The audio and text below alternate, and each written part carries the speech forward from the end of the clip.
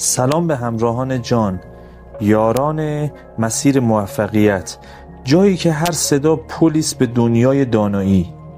اگر این پادکست رو انتخاب کردید قطعاً میخواهید که در کوتاه‌ترین زمان ممکن بزرگترین اشتباهات یه مدیر رو دریابید. اشتباهات مدیریتی مثل ترک‌های کوچیکی هستند که به مرور زمان دیوار سازمانتون رو متزلزل می‌کنند. یکی از این اشتباهات تصمیم گیری بدون مشورت با تیمتونه. نادیده گرفتن نظرات اعضای تیمتون باعث بی‌اعتمادی، کاهش انگیزه و مقاومت در اجرا میشه. حالا راه حل برطرف کردن این اشتباه چی میتونه باشه؟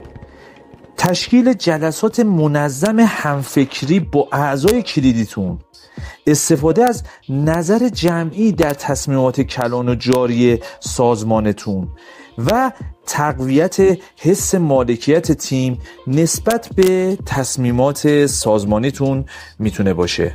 ممنون که مسیر موفقیت رو شنیدید و محتوای ما رو با دوستانتون به اشتراک میذارید.